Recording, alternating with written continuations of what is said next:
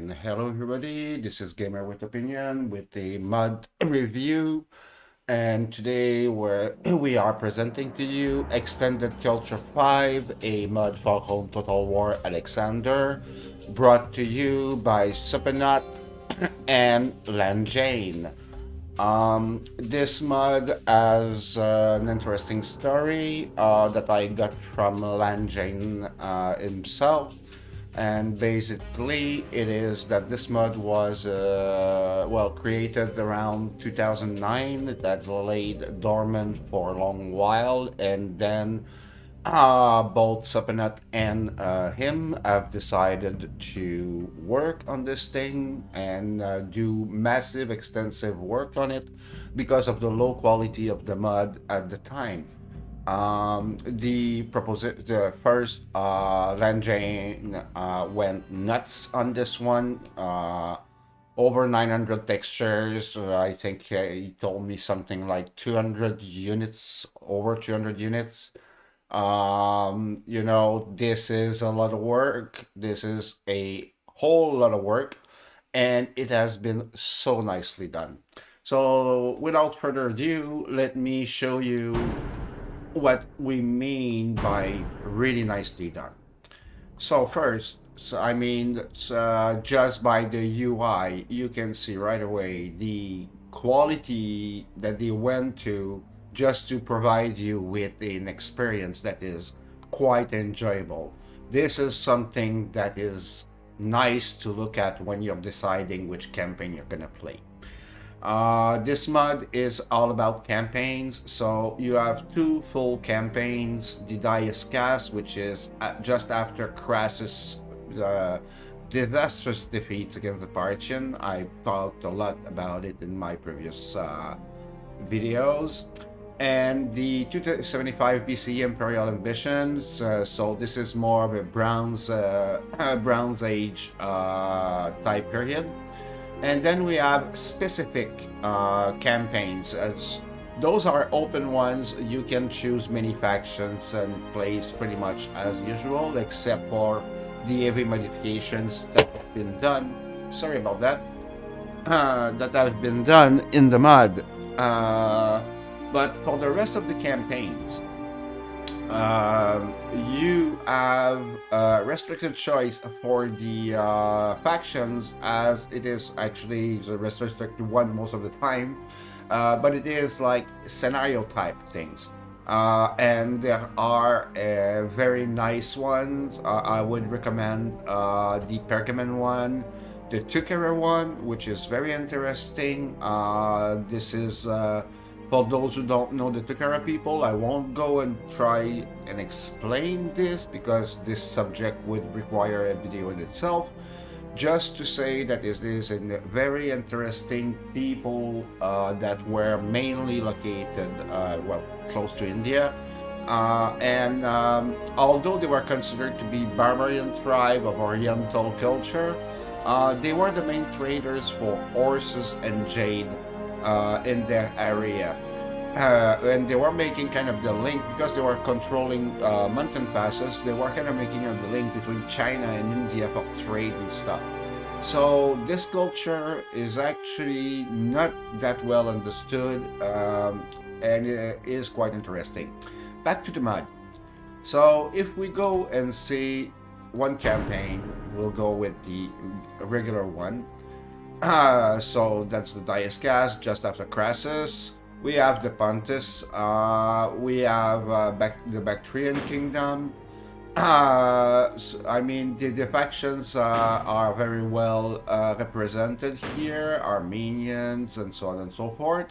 You've got the Gandarans culture here. That's a bit of a problem. Actually, it should not read Gandarans. That should be Kush. But it's a problem. It's a limitation of Total War about the faction names and stuff. So there's no way going around this one. But you can see that it is clearly indicated here that it is the Kingdom of Kush. And of course, when you see the kingdom itself and when you see the troops, it has to be an African kingdom and not an Indian one. So the troop mix is very well, is very interesting. I don't know. Here, let's jump into one right away, just to give you a feel of what it looks like.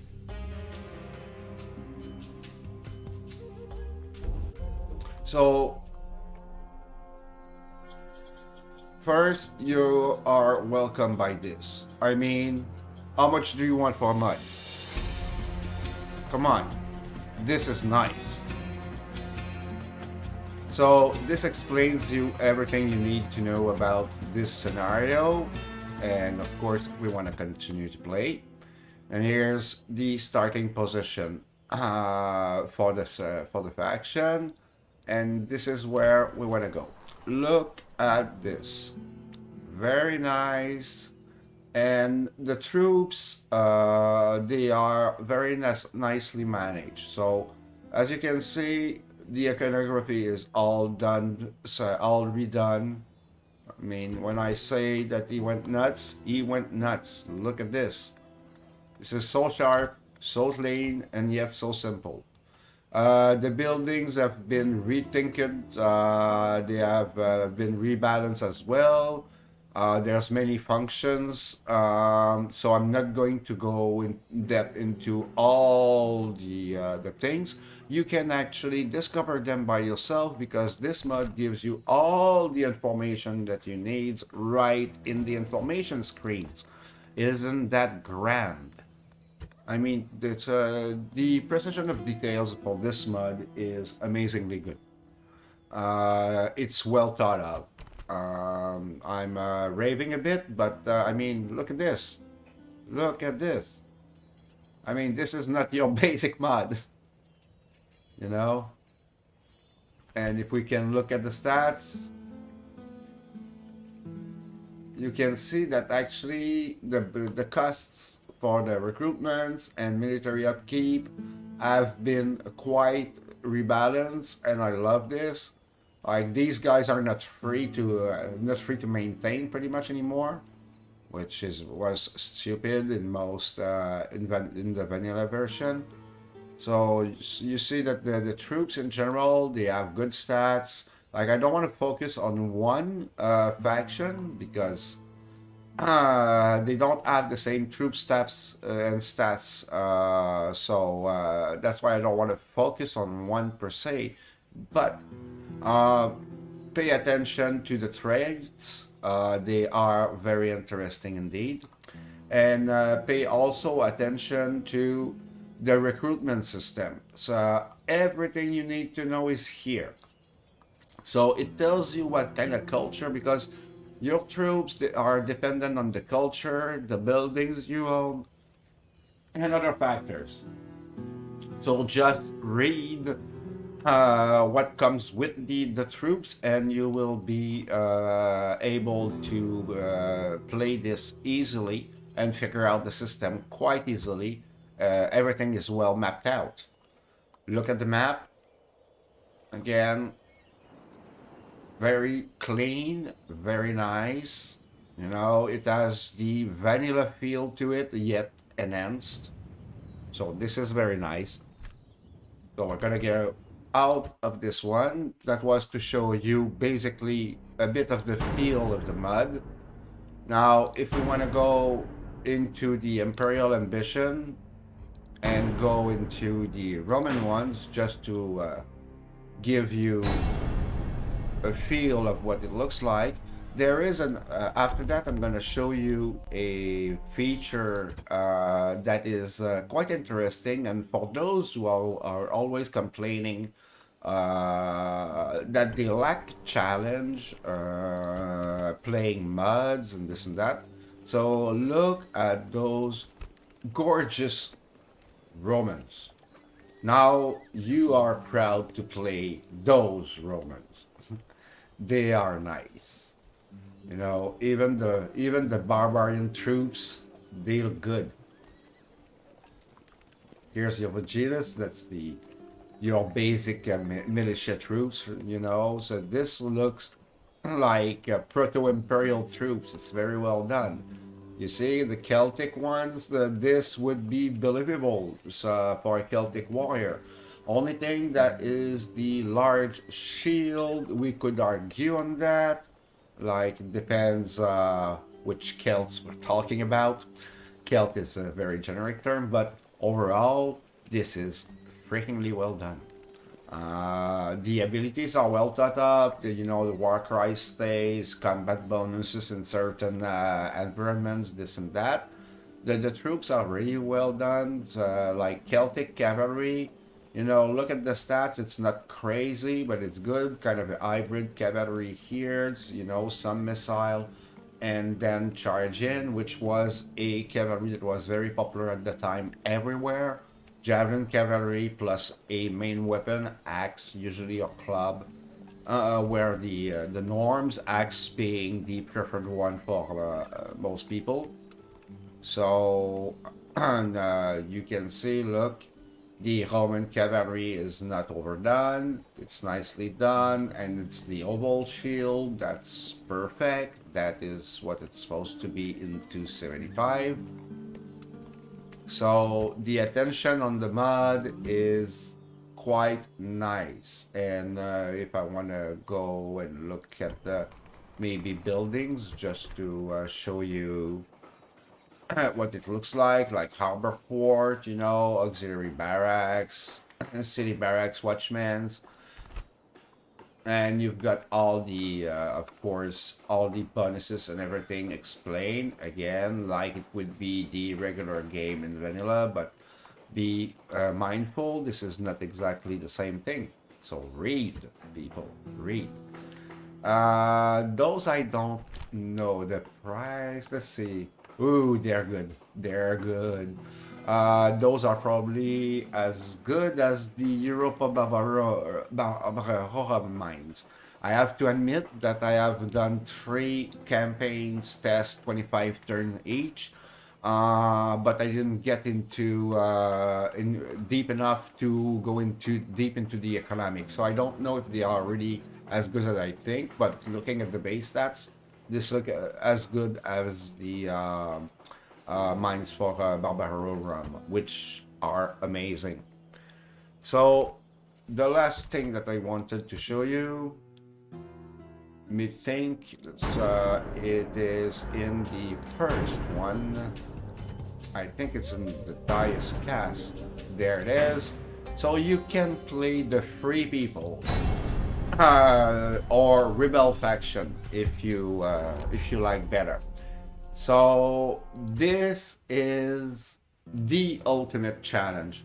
I used to play campaigns with rebels. That was actually hard to do. Like manually scripting to be able to play the rebels was hard because there were a lot of instances where that would crash.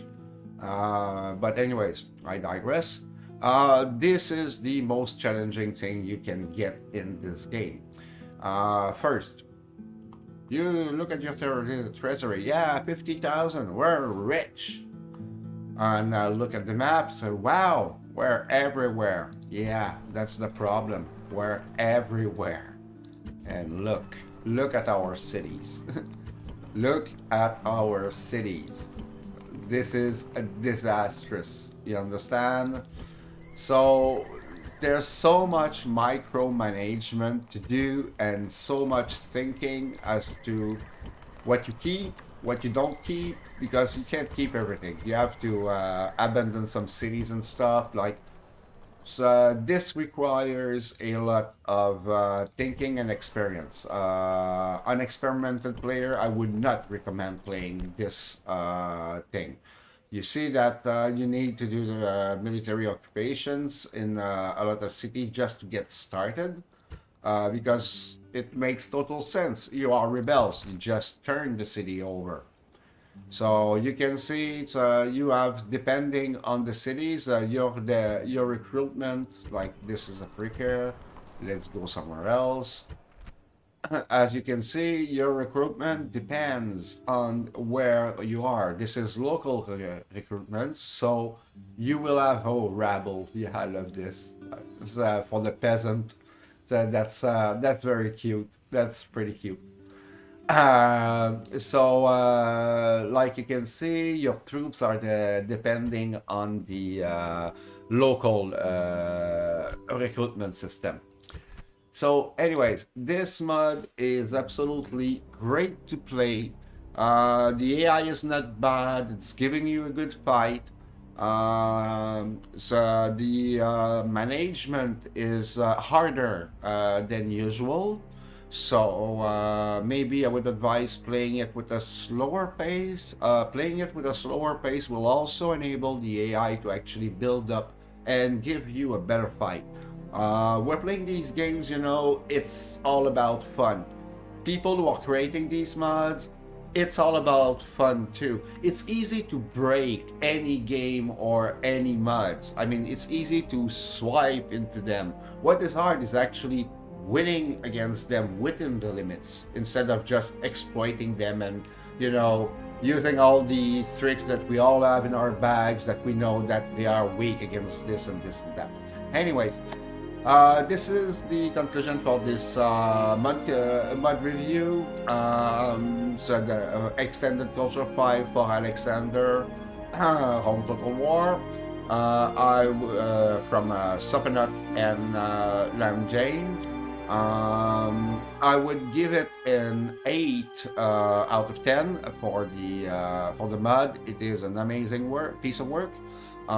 So this is Gamer with Opinions. You can give me a like, subscribe, share, follow. You can find me on Twitter, Twitch, Minds, and Odyssey, and of course YouTube. What I like the most is comments. This is how I can improve my channel, and also this is how I can relay your comments to the modders if you have any or suggestion. Also, you can leave the comments on the MudDB page where you can get the mod. So until next time, this is Gamer with Opinion wishing you a good day.